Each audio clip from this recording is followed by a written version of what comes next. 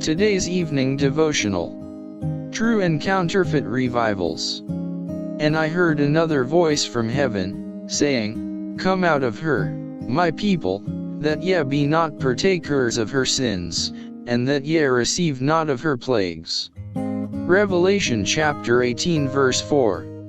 Notwithstanding the widespread declension of faith and piety, there are true followers of Christ in these churches.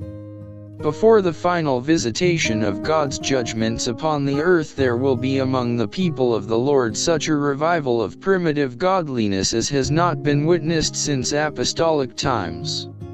The Spirit and power of God will be poured out upon His children. At that time many will separate themselves from those churches in which the love of this world has supplanted love for God and His Word. Many, both of ministers and people, will gladly accept those great truths which God has caused to be proclaimed at this time to prepare a people for the Lord's second coming.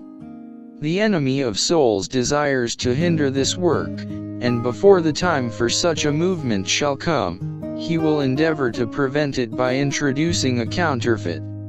In those churches which he can bring under his deceptive power, he will make it appear that God's special blessing is poured out. There will be manifest what is thought to be great religious interest. Multitudes will exult that God is working marvelously for them, when the work is that of another spirit. Under a religious guise, Satan will seek to extend his influence over the Christian world.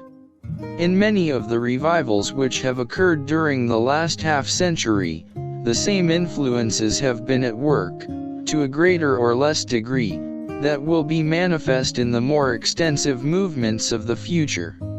There is an emotional excitement, a mingling of the true with the false, that is well adapted to mislead.